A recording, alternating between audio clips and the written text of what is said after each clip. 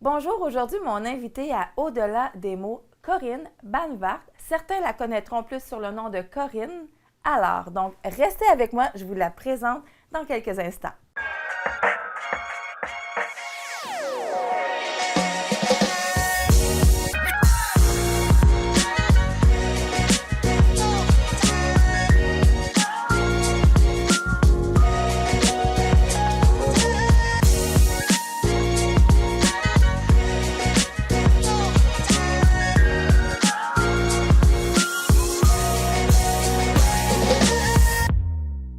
Bonjour Corinne. Bonjour Nancy. En fait, j'avais un titre que j'avais pensé pour aujourd'hui. Et puis, c'était la mission d'une vie parce que vous avez tout un parcours que je ne connais pas encore, mais j'ai entendu quelques petites brides. Et vous m'avez dit d'emblée, lorsque vous êtes arrivé aujourd'hui, vous avez dit, bien écoute, moi, je verrais plus sa mission pour ma vie et non pas la mission d'une vie. Et puis là, ça a piqué ma curiosité parce que j'ai dit, bon, OK, la mission de Jésus, la plupart des gens, dans le fond, qui écoutent Au-delà des mots, reconnaissent que Dieu a une mission pour nous. Et puis, mais j'aime bien toujours commencer par l'enfance pour qu'on puisse découvrir un petit peu qui est la personne et où on en est arrivé, dans le fond, dans notre processus pour être là aujourd'hui, où est-ce que vous êtes. Donc, vous, Corinne, vous pourrez décrire, dans le fond, votre enfance comment? Déjà, merci de m'inviter. Je suis vraiment plaisir. très touchée d'être là. Ça me fait vraiment très, très plaisir. Comme vous voyez, je n'ai pas un accent québécois. Non, et moi, j'aime. Et voilà, je suis née en Alsace, en France. Mais l'Alsace, c'est un peu particulier. On se sent toujours un petit peu différent de la France. Voilà. Pourquoi? Pourquoi? Parce qu'on est très proche de la Suisse et de l'Allemagne par nos frontières et on a une tendance avoir une éducation un peu plus stricte, un petit peu plus rigoureuse, un peu plus perfectionniste. D'accord. Ça nous représente un peu le travail bien fait. Parce qu'on est à côté de l'Allemagne, est-ce que c'est de là votre nom? Banvart. Alors effectivement, toutes les consonances viennent de l'Allemagne. Parce que l'Alsace a été allemande pendant des années. Ah, d'accord. Mais ça, je ne l'ai pas vécu, donc je ne vais pas en parler. Mais moi, je suis assez fière d'être alsacienne.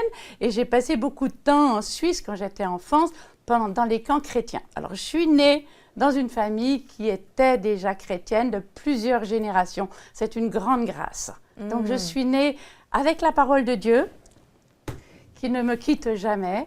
Je suis née dans les cantiques, dans la musique chrétienne, dans l'adoration, dans l'amour de la parole de Dieu. Donc, j'ai eu une enfance protégée et très bénie. Souvent, il y a des gens qui vont me poser la question parce que, bon, moi, je sais que mon conjoint, comme vous, est né, né. À partir de 9 ans, disons, environ, il est devenu chrétien. Il a accepté Jésus à 9 ans dans les églises. Donc, il a baigné, dans le fond, depuis son enfance. Et puis moi, j'ai connu Dieu véritablement plus vers l'âge de 29 ans.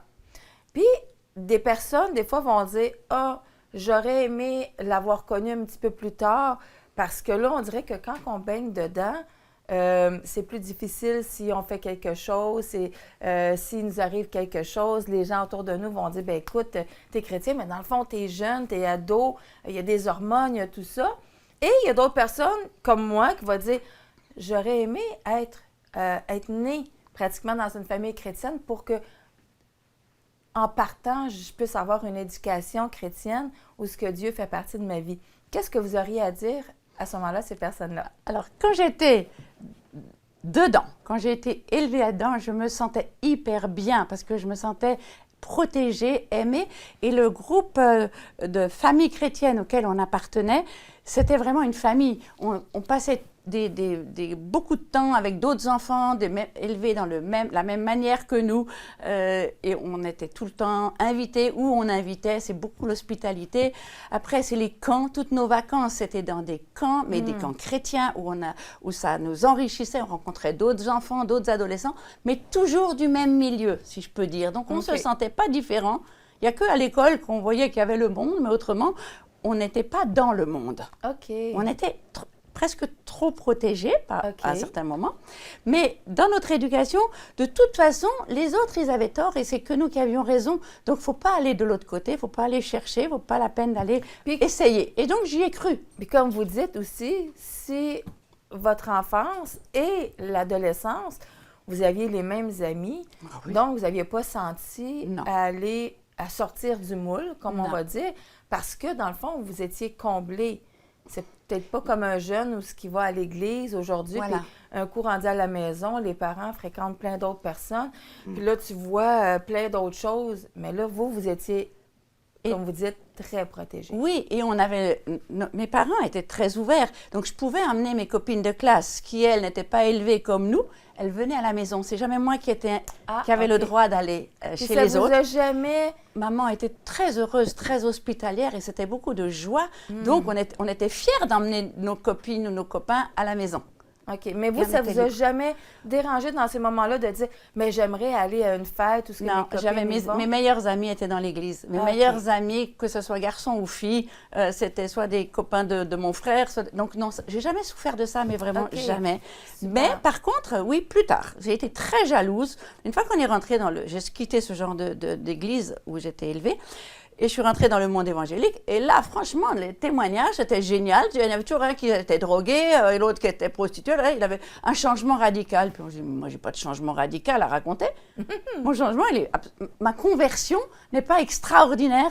Et là, je me suis dit, oh, bah, j'aurais mieux fait d'être dans le monde et puis de changer. Vous avez Parce que pensé ça? Oui, à un moment, parce que je me suis dit, franchement, J'ai envie de raconter mais quelque tous chose. ceux qui font des témoignages, ils ont des trucs géniaux à raconter et pas moi. Mais ça m'a calmée après, parce que je me suis rendu compte qu'en fait, j'étais hyper protégée, hyper privilégiée, parce que la profondeur de la parole que j'ai eue dans mon enfance, ça ne s'enlève jamais. Instruis l'enfant dans les voies qu'il doit suivre, il ne s'en détournera jamais. Et moi, c'est ancré dans qui je suis. J'ai la parole de Dieu imprimée en moi depuis l'enfance. Et ça, c'est un cadeau inestimable. Là, j'ai retenu quelque chose de ce que vous venez de me dire. Vous avez dit, je suis partie du monde où j'étais pour aller dans une autre... Pourquoi vous avez changé? Pourquoi? Alors justement, parce qu'il y a eu un moment dans ma vie, alors par obéissance, j'ai toujours obéi à ce à quoi je croyais. Oui, je croyais en Dieu, mais en fait, qui sont ceux qui nous enseignent la parole de Dieu? Nos parents, nos pères spirituels, le milieu dans lequel j'étais, j'y ai cru à 200%, donc je me suis mariée. J'ai rencontré le père de mes enfants dans ce milieu-là qui ressemblait exactement à notre éducation, la même genre de famille, on faisait les mêmes choses. Donc pour moi, j'obéissais à mes parents en épousant quelqu'un qui était de ce milieu-là. OK. Et au bout de quelques années de vie avec mon conjoint et quelques enfants qui étaient déjà arrivés, je me suis rendu compte qu'il y avait du mensonge, qu'il y avait de la tricherie, qu'il y avait des choses, malgré le fait qu'on allait à l'église, malgré le fait qu'on était... Et en fait, là, j'ai été j'ai dû faire un choix de me dire, mais qu'est-ce que je cautionne? Qu'est-ce qu'on m'a enseigné? Et en fait, dans n'importe quel milieu, il faut la vérité personnelle. Il fallait un choix personnel de donner sa vie au Seigneur Jésus. C'est pas parce qu'on est né dans une famille chrétienne qu'on est automatiquement enfant de Dieu. Et la différence se voit aux fruits qu'on porte. Et donc, je me suis rendu compte que le père de mes enfants n'était peut-être pas né de nouveau, mais il était tellement intelligent qu'il savait exactement qu'est-ce qu'il fallait dire au bon moment, comment est-ce qu'il fallait faire. Et je me suis sentie trompée, trahie, abusée. Et ça a été une descente dans ma vie terrible parce que j'ai été déçue, j'ai été triste. Mais vous aviez tellement été protégée. Oui.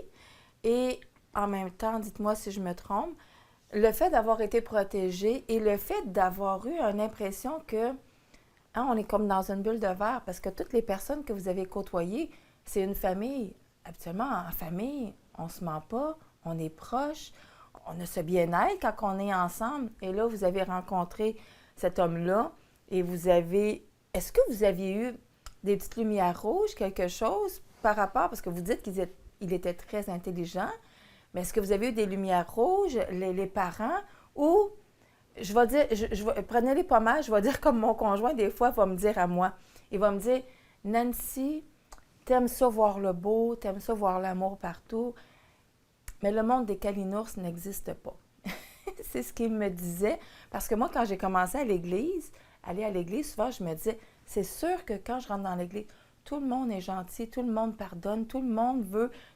C'est toutes les personnes, pas les plus parfaites, mais ceux qui veulent vraiment être des bonnes personnes. Je vais le dire comme ça. Puis finalement, ben, tu te rends compte que c'est comme dans une micro-société, parce que malheureusement, il y a des personnes qui veulent, mais plus avec leur tête qu'avec leur cœur. Il y a des personnes qui vont faire du mal quand même quand ce n'est pas intentionnel. Donc, je me dis, vous n'aviez pas eu de lumière, vos parents, les gens qui vous entouraient.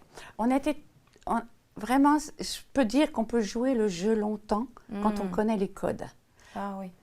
Et qu'est-ce que vous voulez dire par là quand vous dites on connaît les codes? Par exemple, on connaît les codes, comment il faut se conduire, qu'est-ce qu'il faut dire, à quel moment, dans l'éducation, dans l'Église même, comment se comporter pour jamais être en scandale, jamais dire une parole qui ne va pas, continuer à fréquenter l'Église, continuer à rompre le bain, continuer à faire la prière, continuer à amener tous les enfants à l'Église régulièrement, à toutes les réunions. On peut très bien obéir par devant et avoir une double vie cachée que je n'ai pas vue, je ne m'en suis pas rendu compte pendant plusieurs années. Et quand je m'en suis rendu compte, j'ai fait le choix de cacher. J'ai certainement eu tort, mais je l'ai fait. Parce que je voulais me protéger moi, de la honte de m'être trompée, protéger mes parents, protéger mes beaux-parents, que j'aimais énormément, toute ma belle famille. Et je me suis dit, il n'y a plus qu'à prier, intercéder et attendre dans le silence le secours de l'Éternel pour que mon conjoint change. Beaucoup de femmes se trouvent dans des situations comme ça et j'ai fait le temps que j'ai pu, j'ai tenu, mais ça a été 20 ans. Wow. 20 ans où j'ai été trompée, où j'ai été trahie à répétition et où les seules personnes qui étaient au courant, c'était lui, parce que je le confrontais. Wow. Et donc, c'était des pardons. Mais la Bible nous dit qu'il faut pardonner. Et même avec la confrontation, est-ce qu'il continuait à dire que... Le pardon, c'est facile.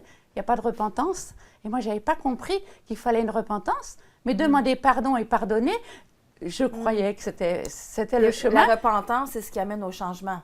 Oui, mais le pardon, non. C'est ça. Tu peux dire pardon sans faire le changement nécessaire. Et ça, mais si tu demandes pardon avec une repentance, c'est que tu es porté à faire un changement à l'intérieur de toi. Et c'est toute la différence. J'ai pardonné à répétition, sans demander, sans attendre une réelle repentance.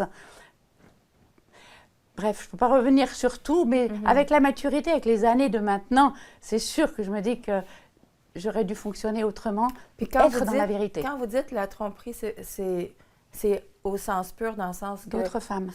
D'autres femmes. OK. Donc, il vous trompait avec d'autres femmes. Oui.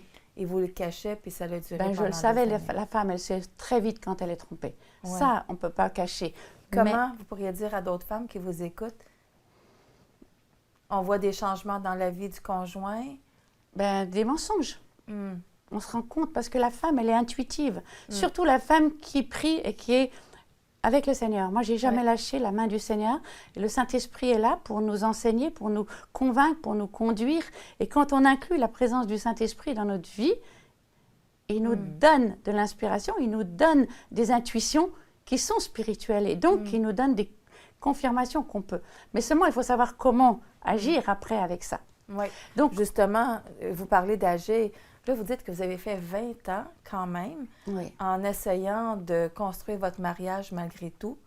Et puis là, vous dites que vous avez fait 20 ans. Qu'est-ce qui s'est passé? Parce que là, vous me dites, vous priez. On est chrétien. Oui. On se fait dire je vais quand même préciser, parce que c'est quand même des témoignages qui rentrent sur les réseaux et tout ça. J'étais heureuse. J'aimais le père de mes enfants. Je n'ai jamais été maltraitée. Juste, je n'étais pas unique. C'était un homme qui était capable d'aimer plusieurs femmes. Je n'étais pas unique. Ça, non, il était capable d'aimer, mais vraiment, il me gâtait, il nous gâtait. On avait une vie extraordinaire. Je manquais de rien. Les enfants n'ont jamais manqué de rien. Mais vous, votre besoin, c'était « je veux être unique », c'est ça aussi? Je voudrais être unique, je voudrais être une femme, pas seulement une mère. Je voudrais juste être une épouse, je voudrais être la femme, l'unique, la bien-aimée. Ça me manquait. Et j'avais un peu, quand même, la honte de me dire, je triche, je mens aussi. puisque je joue le même jeu. Et puis je me suis sentie tout aussi coupable que lui.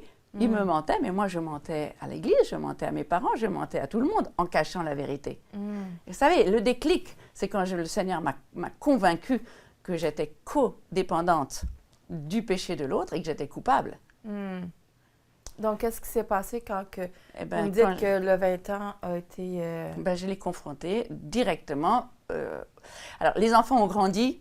Je me sentais aussi plus solide de me dire, je vais être capable de mettre une séparation, parce qu'il faut du courage. Quand on a 4 petits-enfants et que dans ce milieu-là, la femme, elle ne travaille pas, donc j'ai aucune autonomie financière. Je dépends de monsieur pour tout, pour les comptes en banque, pour tout. C'était un milieu quand même assez protégé, mais la femme est à la maison. C'est pratique. Oui, surtout avec 4 enfants. Oui. C'est beaucoup. J'étais heureuse. J'élevais mes enfants, j'étais privilégiée, je n'étais pas obligée d'aller travailler, de les mettre à la crèche.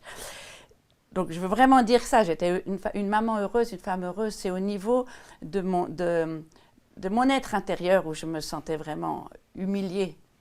Et les mensonges se répétaient de plus en plus vite et de plus en plus fort. Et il y avait d'autres mensonges qui se rajoutaient. Il y avait de l'alcoolisme qui se rajoutait, mais l'alcoolisme mondain. Il y avait tout parce qu'il grandissait dans un monde du milieu de la banque et de beaucoup d'argent. Et donc, ça me dépassait. Parce que moi, je voulais rester la petite femme pieuse. Voilà. Je n'avais pas d'autres ambitions. Donc, la mission d'une vie, quand on revient au témoignage du début, ma seule mission, c'est d'être une épouse qui rendait son mari heureux, une épouse unique et pas un harem, et puis pouvoir élever mes enfants dans la voie chrétienne, la voie qu'ils doivent suivre. Comment on sent maintenant, je dirais, quand on décide que c'est terminé, on confronte la personne, puis on dit, écoute, ça fait 20 ans, j'y arrive plus. Parce on pardonne, parce que pour rester 20 ans, vous pardonniez de façon sincère, mais à un moment donné, on arrive à un stade où c'est difficile.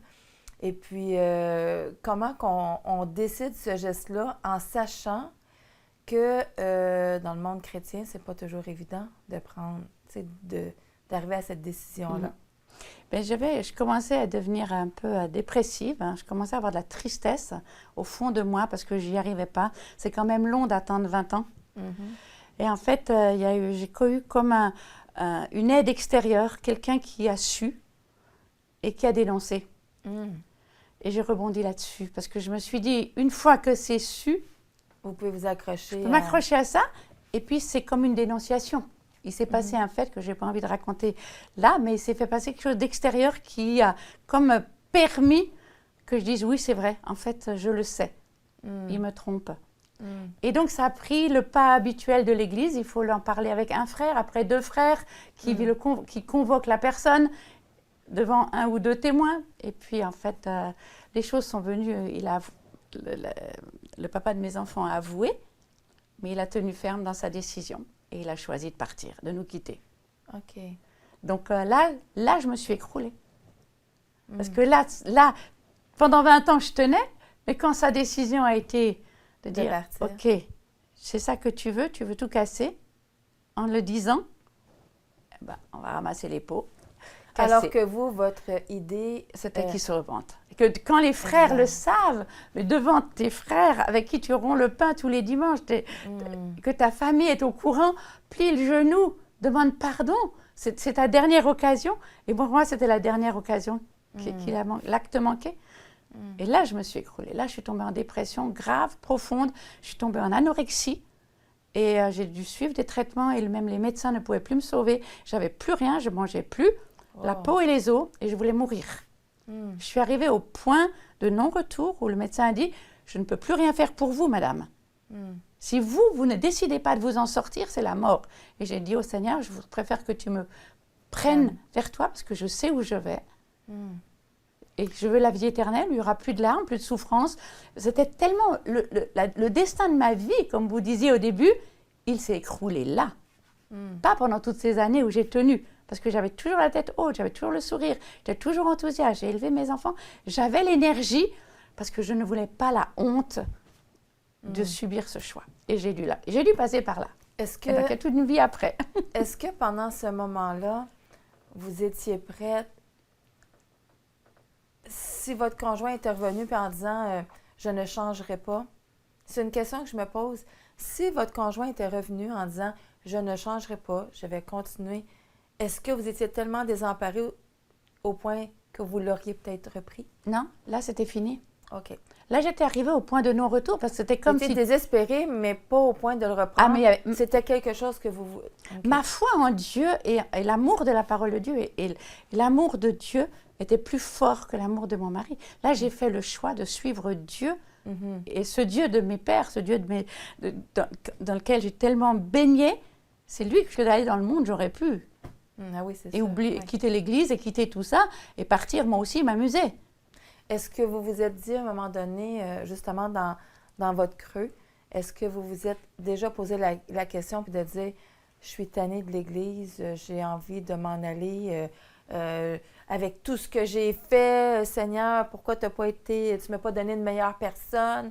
Est-ce que vous vous êtes remis ces questions-là? Non, j'ai pas voulu une autre personne, en fait. Cet homme-là, je l'ai aimé, je l'ai choisi pour être le père de mes enfants. Et je peux encore le dire aujourd'hui, c'est lui. Et ce n'est pas avec un autre que je devais finir ma vie. Mm. J'ai vraiment un amour. C'était une personne extraordinaire. Mhm. Et c'était à lui de changer et de revenir dans la voie. Donc non, moi, je changeais pas ma direction. Par contre, ce que j'ai fait quand même, c'est avec l'amour, tout l'amour des frères et sœurs de cette église, ça me submergeait et je ne pouvais plus aller dans l'église avec le souvenir de notre famille, de mon couple, de mon mari à côté de moi. Ça a été trop dur. Dans la période de dépression et d'anorexie, avec leur approbation, j'ai changé d'église. Mm. J'ai quitté ce groupement-là et je suis allée dans une église complètement différente. Et je me suis un peu aventurée, osée, une église charismatique, plus voilà, différente. Mhm. Et j'ai emmené mes enfants ailleurs. Ça, c'était un choix. Pour m'en sortir, il fallait que je vive autrement. Mhm. Parce que le monde dans lequel j'ai été élevée, je le connaissais par cœur. Je connaissais les réponses d'avance. Je connais tous les versets qu'on allait dire exactement à laquelle phrase, après quel mot. C'était circoncis, ça, c'était tout. C'était... Comment vous avez fait à ce moment-là? Là, vous parlez d'anorexie, puis que le médecin vous a mentionné, c'est la mort qui vous attend si vous ne vous remettez pas à manger. Est-ce qu'il y a eu un déclic? J'ai demandé à Dieu de me révéler que je suis sortie de chez le psychiatre là, qui m'avait condamnée à mort. Parce qu'il m'a dit, je ne peux plus rien faire pour vous, vous ne revenez pas à la séance suivante, c'est fini. Si vous ne décidez pas, ben, au revoir madame. Donc c'était comme une condamnation que j'allais mourir. On m'aurait annoncé que j'avais un cancer stade 5, c'était fini. C'était la même chose. Donc j'ai pleuré dans ma voiture et j'ai crié à Dieu, mais vraiment crié du fond de ma détresse, s'il y a une autre façon de vivre la vie chrétienne, que celle en laquelle je crois avec tant de fidélité et d'amour et d'obéissance, parce que c'est que de l'obéissance, hein. C'était obéir, obéir, obéir, par amour pour mes frères, pour mes pères, pour ma famille, pour Dieu. S'il y a une autre façon de vivre, tu te révèles à moi, ou bien tu me prends vers toi. Et à ce moment-là, j'ai été inondée d'un amour extraordinaire. Ça, c'est une expérience de cette onction du Saint-Esprit qui m'a couverte, qui m'a remplie.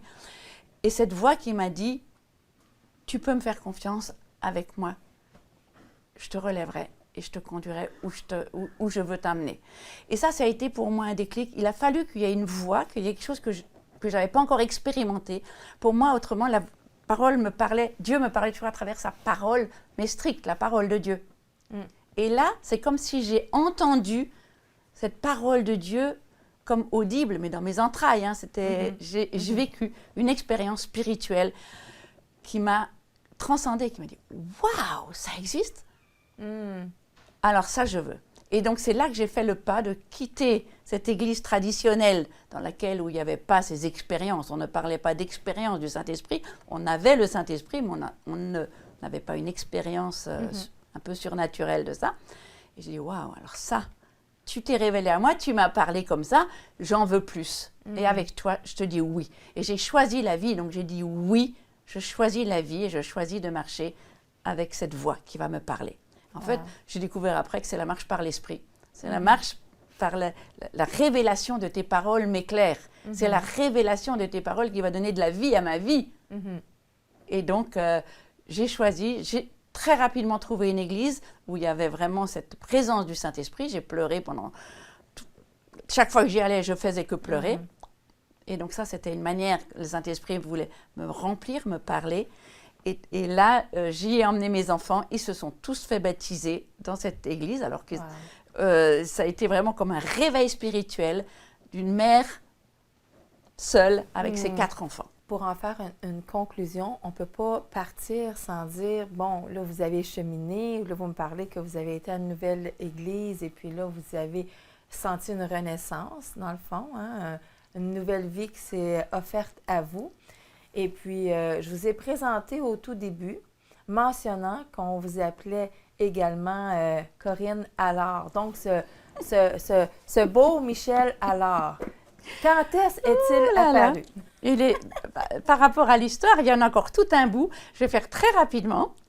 Après ce réveil, j'ai entendu un appel de Dieu qui m'a rapidement demandé de partir de mon pays, de tout quitter et de le suivre. Parce qu'il a dit, maintenant, si tu me crois, tu verras la gloire de Dieu.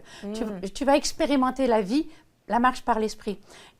1 an après, j'ai tout quitté, mon pays, ma parenté, ma famille, mes amis, tout le monde. Et je suis partie uniquement sur cette voie que j'entendais. Je suis partie vivre aux Antilles, en Guadeloupe. Et de là, il y a des pires endroits. Dieu savait. C'est ce qu'on me dit. Mais c'était la place qu'il vous voulait. J'avais besoin de... En fait, c'était une promesse que mon conjoint m'a toujours fait. Il me tenait toujours en disant, un jour, tu l'auras ta maison aux Antilles. Oh, wow. Un jour, tu l'auras ton soleil. Parce que je suis une fille très solaire. Et puis, il me tenait avec des promesses. Un jour, j'aurai ma maison. Mais là, ce que le Saint-Esprit a fait de merveilleux, c'est qu'il a utilisé cette phrase du père de mes enfants, mais en se l'appropriant à lui. Il a dit, ce que lui t'a promis, moi, je vais te le réaliser. Amen. Et c'est avec moi que tu vas partir aux Antilles. Et c'est moi qui te ferai construire ta maison. Et il a tout fait. Je peux dire, ce n'est pas tout de suite arrivé, hein, parce que ça, c'est tout un chemin. J'ai un témoignage extraordinaire dans le livre que j'ai écrit, En vie. Mais la marche par l'esprit, c'est un chemin d'obéissance et d'amour avec le Saint-Esprit. Et il m'a conduit dans cette maison et j'ai travaillé pendant des années aux Antilles. J'ai ouvert une maison d'accueil, j'ai ouvert une association, j'ai travaillé comme infirmière libérale en Guadeloupe. J'ai amené 2 de mes 4 enfants là-bas. Enfin, c'est toute une aventure. C'est une aventure extraordinaire qu'on ne peut pas raconter là maintenant, mais ça doit donner aux gens, aux amis de téléspectateurs. Cette étape-là se retrouve dans votre livre qui s'appelle En vie. Tout est écrit là-dedans. Parfait. Et où on peut se le procurer? À la CLC. D'accord, dans les CLC. Ah oui, parfait. Dans toutes les CLC, on peut l'acheter. Et donc, tout ce parcours de la marche par l'esprit, comment revivre et comment marcher par l'esprit, c'est là-dedans. Mon départ, ça part de là. Et ce que j'ai trouvé intéressant, c'est que le Seigneur a accompli tout ce que mon mari avait promis. Et j'ai tout récupéré. Et aussi mon identité. Ah bah oui. Mon autorité spirituelle. J'ai appris tout. Ça m'a revisité tout sur la base de mon enfance, parce que la parole de Dieu reste la vérité. C'est magnifique d'avoir eu ce fondement solide de la vérité. Mais là-dessus, j'ai travaillé et j'ai pu avoir des messages. Après, bon, mon objectif de vie, ça a été d'aider les personnes qui, comme moi, ont fait naufrage, surtout dans le corps de Christ. De ne pas être accusé, mais de savoir se relever. Comment utiliser les opportunités pour se relever. Comment utiliser... Donc, vous, dans le fond, là, ce que je retiens aussi, là, c'est que vous étiez maman à la maison, donc épouse à la maison. Tout ça arrive et là, vous vous retrouvez avec monoparental, avec 4 enfants. Vous décidez de partir aux Antilles, mais là, vous n'avez jamais travaillé durant les 20 dernières années. Et là, vous vous retrouvez aux Antilles, vous devez trouver un travail.